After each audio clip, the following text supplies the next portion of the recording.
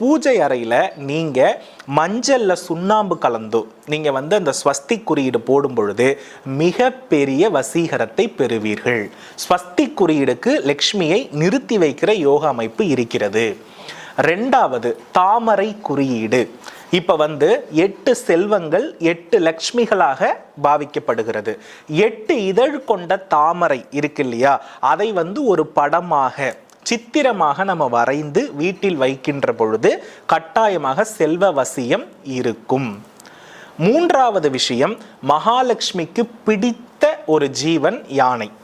இந்த யானை தாராளமா ஒரு வீட்டில் இருக்கின்ற பொழுது அவ்வீட்டில் செல்வ வசியம் இருக்கும்.